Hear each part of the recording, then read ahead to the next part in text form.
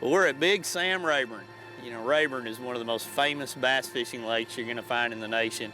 Whether it's recreational or tournaments, it's a lake that has produced year in, year out for many, many years. Well, look at that beautiful bass, wow. It goes through lots of ebbs and flows. Water goes down, water comes back up, and so you're constantly in flux, which is one of the reasons why I think this is such a good fishery, that it's always replenishing. Right now, we are on the beginning side of a cold front. Weather has been 80s and upper 70s, water temperature had climbed into the 60s in a lot of the pockets.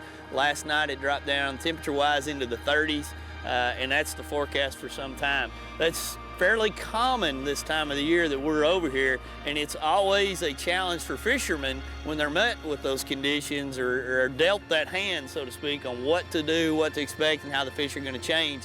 And it causes those fish to go forward, go backwards, they leave the bank, they go to the ditches. The fish that were coming from out on the main lake will stall out on secondary points, and what we're gonna try to do today is dissect what they're doing. We've got a variety of baits on the deck, and we'll probably throw every one of them to try to find the right one that's gonna produce. And as we're doing it, we'll talk about what we're doing it, why we're doing it, and maybe, if we're lucky, we'll catch a bunch of fish.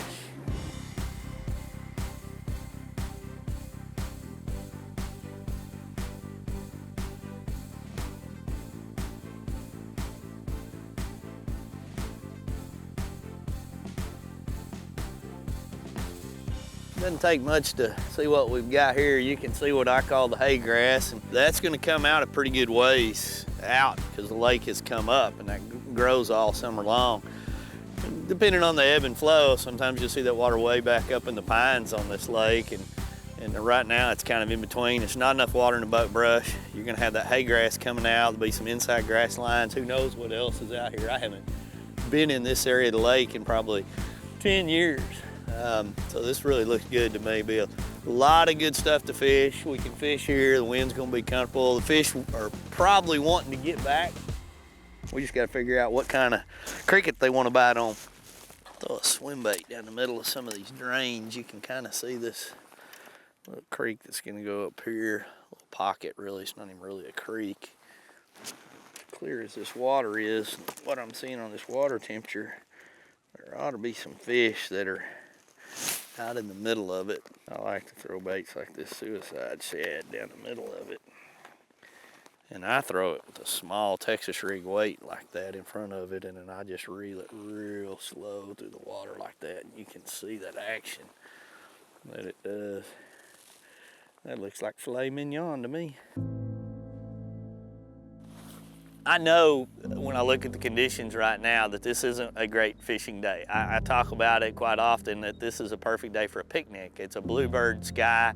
There's not a lot of wind when you're looking out across the surrounding area. You think about, boy, it would be a great day to go have a picnic, and it doesn't necessarily feel like a great bass fishing day. But what I mean by that is those high bluebird skies, high pressure type days with low wind right after a cold front, to me are some of the hardest days to fish. Where conversely, right before you get a cold front, where you've got a low pressure, the wind maybe is pumping out of the south, it's cloudy, it's kind of juicy, it just has a different feel. And that different feel to me generally means that when I get out there, I feel like, man, they're gonna be biting, they're chomping, they're biting an aggressive bait. I know that I really need to slow down. I know that that's how I need to fish, but by nature, I'm not a guy that likes to fish super slow. I've got to be convinced that's the way to catch them before I can do that. So when I hit my panic mode, when I'm bass fishing, I tend to go faster. I tend to look for a reaction bite versus slow down, even though in my mind, I know I need to be slowing down. In the back of your mind, somebody's always got to be catching them better. Somebody's, catching bigger ones, and you can never let up. So when you come to Sam Rayburn, you know in any given cast, you've got a chance to catch a big one. We're gonna keep moving and bobbing and weaving until we figure something out or get too tired trying. This is where the fish really should be. Just halfway back on these little secondaries, around these secondaries, in between that hydrilla and this hay grass. I just haven't hit the right group of them for sure.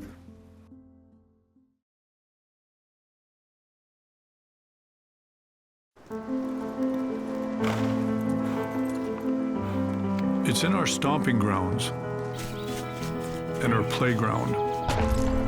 It's in our sights and our commitment. It's in him, it was in them, and it will continue with her. It's in my nature. Is it in yours?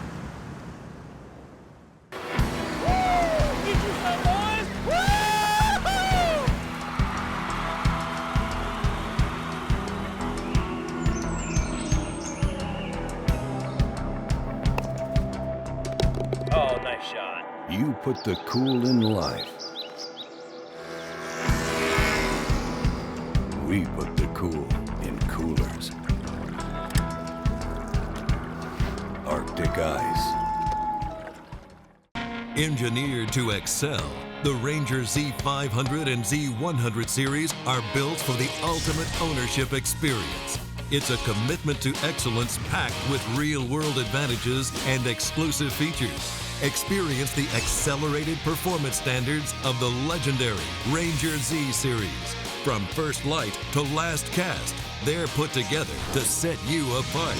Yamaha Outboards. Reliability starts here. At Yamaha, reliability is a family tradition. Meet the next generation. 4 new advanced technology-inspired inline 4-cylinder performers.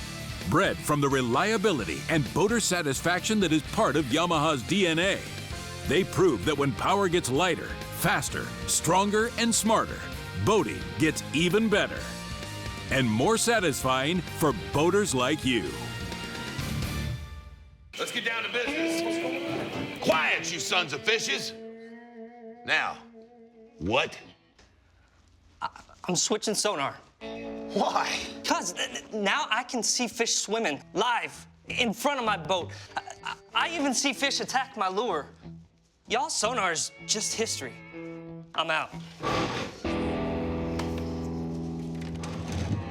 I'm with him.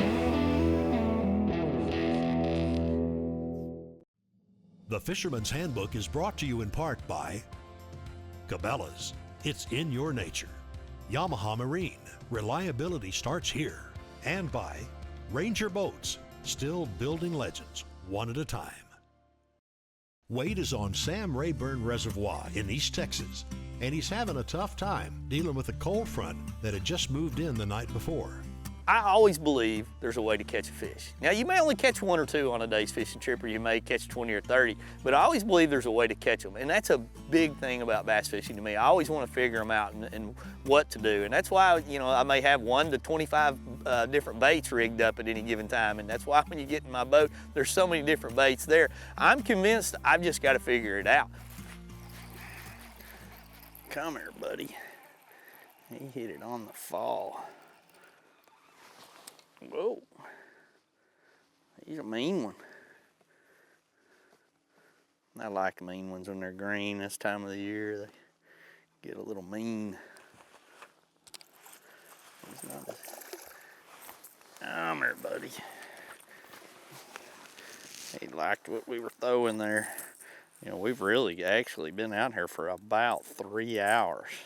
That's our first bite. Not a giant by any means, but you know, I've been struggling just to try to dial in on what to do. I've downsized to a very small Ruku shad, and hopefully we can figure something out in the backs of these pockets. I would think I should be able to catch quite a few right in this type of stuff. It just makes all the sense in the world for there to be more right in this type of a drain in these pockets. But so far I haven't been able to accomplish that. I'm basically taking a Ruku shad in the Texas craw color, and I'm pumping it. I'm slowly fishing it out there in and out of the hydrilla, just on the inside line where the wind's blowing. And I'm starting to get bites, and I've caught a couple of fish. And when you start looking at that, it's amazing how your mood changes once you start getting bites. Got him. Boy, he hit it hard and probably a little bald spot. He's not very big, but you know, kind of right where you would think there'd be a bass out there like that. We're gonna get right back out there on that same spot. A little bit of wind blowing in there. Both of those fish that we've caught have Been hooked on one hook just outside the mouth. Pretty indicative that we either don't have the right color or it's just getting to be that high bluebird pressure situation that you deal with after a cold front, which makes it kind of hard to, what do? Slow down and drag something, soak a soft plastic, or take the fight to them? And I know probably to catch bigger fish, I need to slow down and get on some of those drains or drops out there, but I haven't been able to get bit doing that, so I went to the bank and started winding, and I've had 2 bites in about 100-yard stretch here, and that's 2 more bites than I've had anywhere else. So if you like to get bit, which is what I like to do, I'm gonna keep doing this for a little bit. There's one. Never got the hook in this one either. He's starting to, oh, pretty good one here. That's a 3 or 4 pounder here. He came way out in the middle of the drain. A lot of these other ones I've been catching. Oh yeah, that's the size you're looking for right there. That's the size you're looking for right there. A little better. He came more out in the middle of the drain. A lot of these other ones have been coming kind of in between the, maybe I'm gonna take you back to the back here where I can belly lip you. He came more out in the middle of the drain, which is big old female. It's probably sitting out there on that hay grass. We're gonna let this one go. You know, we're about an hour into catching fish now, and it was like all of a sudden the day changed again. All the clouds were gone. You know, there's a few little puffy ones up there floating by. The wind kind of quit or changed directions again. And for the next 3 hours, I've searched and I've looked. And once again, I've thrown everything but the kitchen sink. I mean, I've chunked crankbaits. I've thrown Carolina rigs. I've thrown Texas rigs. I've gone back to the wacky worm. I've continued to throw my Haruku shad around and can't get a bite. The clouds are gone, the wind's changed, the fish have just quit. So when I summarize this trip and I look at it all, it's I had to take advantage of that small window, of that change, of that environmental change and how they bit, and I just never was able to figure out how to catch them any other way. Now I promise you, there's people across this lake that whacked them today, and I promise you, no doubt about it, when you go to Rayburn, that's always going on. But for me, that's how my day went down, and that's not uncommon. You know, when you get hung in a rut, or you don't find the right location, or you can't figure out how to catch them when the conditions are different from the way you're catching them. And as a fisherman, you've always got to keep that open mind, and you can't be afraid to make a long run. You can't be afraid to totally change it up. For me, all that changing up, it never really worked today. You know, I ended up catching, you know, about 7 fish on the Haruku shad. I caught 1 little spotted bass on a coontail worm, and then I caught 1 crank in a pair of rocks, which is just a random bass while we were waiting to load the boat. So you can kind of throw everything else out, and what I took away from it, I had to be pumping and letting that Haruku shad fall straight down to get a bite.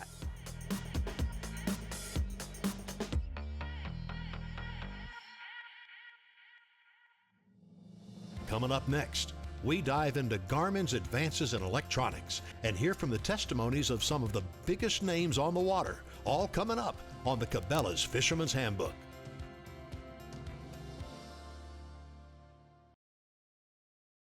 Ingle's got the original high-performance cooler and a whole lot more.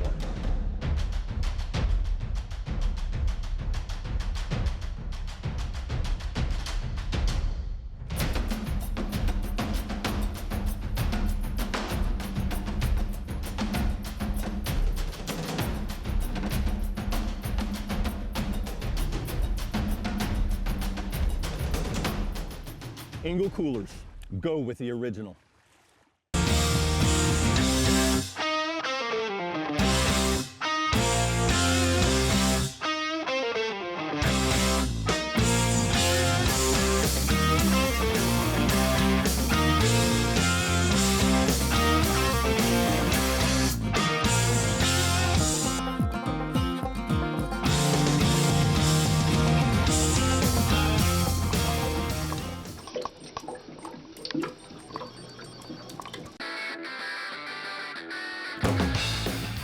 Mirage Drive kayaks set the standard for fun on the water. Whether your passion is fishing, sailing, or recreational adventure, Hobie's got a kayak for you. Hobie's Mirage Drive mimics nature's proven designs for efficient and powerful propulsion and enhances your kayaking experience. Mirage Power, Mirage Performance, Mirage Drive. Hobie, enjoy the ride. Gill that I've used for the last 5 years has been a far superior product than anything else on the market. The main thing that's really important to me is me being dry. I've been wearing gill suits now for 3 years and never once have I gotten wet. The Fisherman's Handbook is brought to you in part by Garmin, fight your fish, not your fish finder. Bradley Smoker, food smoking made easy. Engel Coolers, a legend in reliability. Sawyer Products, we keep you outdoors.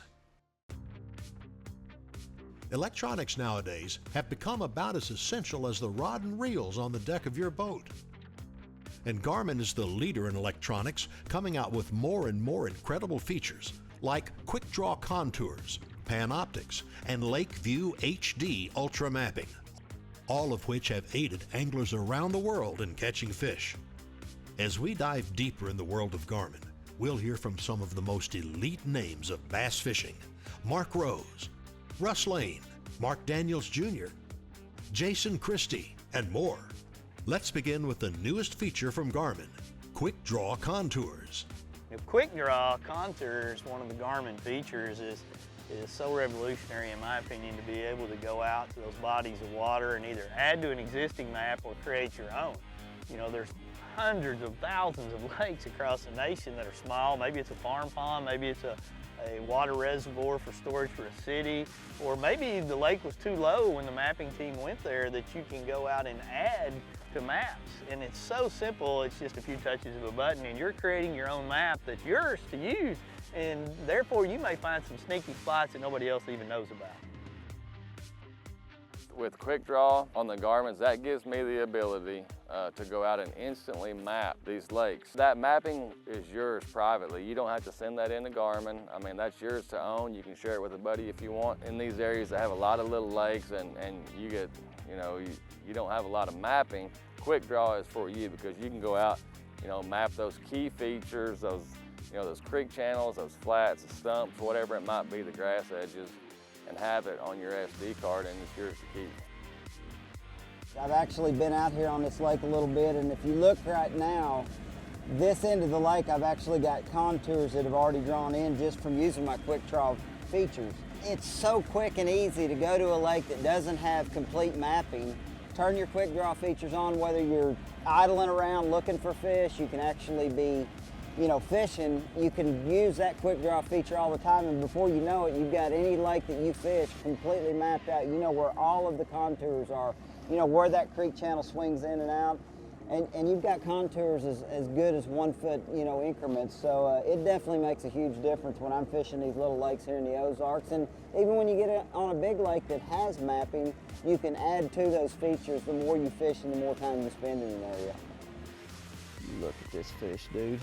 I mean to tell you, that'll get the old blood pumping right there. Look at the size of that dude. Stay down, stay down, stay down. Stay down.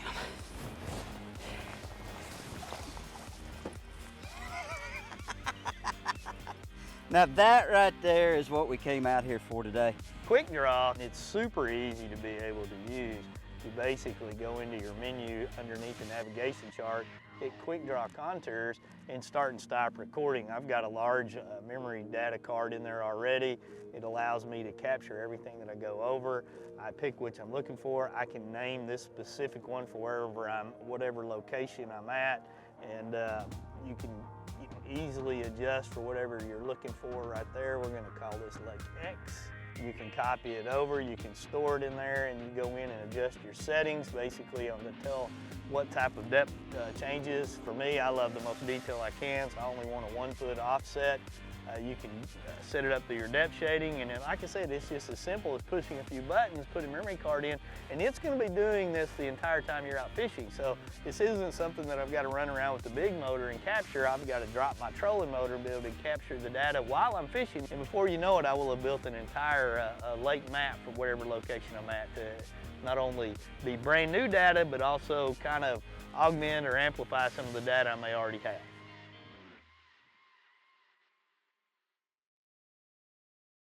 What I love about the Bradley smoker is that it cooks everything perfectly and it holds all the juices in. So today we are going to be smoking some barbecue ribs, some venison sausage, and some dove, which is awesome. You will never grill me doves again. I have to have them in the Bradley smoker. I would prefer to use the Bradley smoker every time I cooked. Well, that's really true because I love this thing. No lie. For more recipes, log on to bradleysmoker.com. When I talk about Sunline, I think of one word: confidence. Sunline FX2 is what I use for all of my frogging and flipping. S61 braid, which braid plays a big part in fishing line. Shooter, I'm going to use in those close quarter deals like flipping and pitching. One of my favorite techniques in fishing the tournament trail is to fish offshore ledges. We have taken the questions out of the equation. Take my word for it. It works. It works, dude. Heavy duty, rugged, and designed for the big game hunter and angler. The Food Saver Game Saver Titanium Vacuum Sealer has the power and performance to seal in the freshness of your game and fish for up to 3 years, 5 times longer than standard storage methods. And with its extra wide dual and repetitive sealing capabilities, that's a ton of big game savings. Tough tested and rated 4.8 out of 5 stars by outdoorsmen just like you. The Food Saver Titanium System, it's a true game changer. There's two things between an angler and the fish: the sun and the bugs. Sawyer's line of sunscreens and bug sprays keep you focused on the fish. Sawyer's Stay Put sunscreen formula bonds with your skin for a more comfortable and better level protection. And picaridin insect repellent will only harm the bugs, never your fishing gear. Also, Sawyer permethrin repels and kills on contact over 55 species of insects. You're already outdoors. Sawyer keeps you there.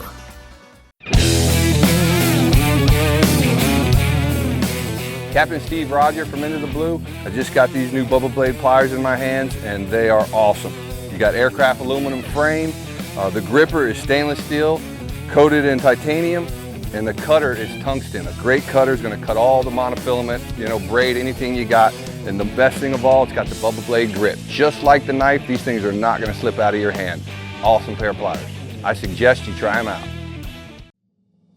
The Fisherman's Handbook is brought to you in part by Hobie Fishing, Mirage Drive Pedal Systems, Food Saver, the #1 vacuum sealing system, Spro, Sports Professionals. As we wrap up this episode talking about the new innovative ways Garmin is helping anglers out on the water, let's key in on Panoptix, one of Garmin's flagship features. Well, the way I use Panoptix is I turn it on when I go fishing and I turn it off when I get done fishing. Everything that I see is live from then on out. When you're in shallow water with 2D, you've probably spooked everything that's on top of you. Panoptix, you can sit back and everything that's within a cast length, you can see it in front of you. The way I've got this set up, here's the Panoptix. There's some fish right there moving towards us. That's the trolling motor. So this activity, it looks like a ball of bait. See how it's kind of moving around clumps. Now there's a predator fish. See that predator fish coming up? I think you just grabbed something right there. Anyway, that's in front of us. It's only 10 feet in front of us now. It's coming towards us. You just got to keep an eye out on this. I'm just going to scale my foot so you can see. Look at that. There's some activity right there, and that's only 15 feet in front of us. But this shows the whole playing field out here. And I got it all the way out to 80 feet. And then it's all the way down. So right now you can see it's 14 foot of water, and it's actually going to go downhill. So at 80 feet you're down 20 feet of water. I mean, you can really see how the fish interact in their environment with bait fish, and then with your bait. I mean, you can actually see your bait come into the screen and see how the fish react to your lure. A lot of times they follow it right back to the boat. and you would never know that before. You know, and that might be an indication that maybe I need to cut this bait off and put on a different color and make that same cast again and try to get that fish to react. I mean, it's a game changer being able to put a cast on a fish that you never knew was there. With all the great tools that Garmin offers, we can't overlook the core of Garmin's success, their mapping. You know, the Garmin mapping is incredible. First, we've got the HD mapping. We've got the HD Ultra, which is 10 times better than any other mapping product that I have seen. You know, another cool feature that the Garmins have, they actually have some photographs of different landmarks downloaded. Like, see, I got a icon right here of a camera, and you know, it says there's a ramp there. So if I'm interested in seeing if that's a good-looking ramp or not, if I'm interested in putting it in there, I just click on it, go to photo, and it shows me a picture of it. Yep, and there's the ramp. When you're actually looking at my mapping, I'm going to zoom in right now. I've actually got my contours set up with red in shallow water, so my red contour is 0 to 5 feet, my yellow contours are 5 to 10, and then deeper than 10 is my green contours. And for me, the reason that is I know I can't run over red. When I'm running fast, I can't hit red, so I stay off of red. Red shows up really well, yellow is caution to me. And so all I got to do is go in on my menu and change that to where 0 to 5 feet is red, 5 to 10 is yellow. It's really simple, and it helps you a lot on the water. You know, the detail that we have on mapping nowadays is if our map shows that we go from, you know, 16 to 18, I can put that boat right there and you can actually watch it change 16 to 18. And not only does it show me contours of thousands and thousands of lakes, but it shows you docks, it shows you potential hazards, it shows bank features, bottom features, pictures. That's how strong Garmin is. I mean, I've seen the changes in 1 year. I can't imagine what it's going to be like from now to 3 or 4 years down the line. That'll do it for the Cabela's Fisherman's Handbook. We'll see you next time.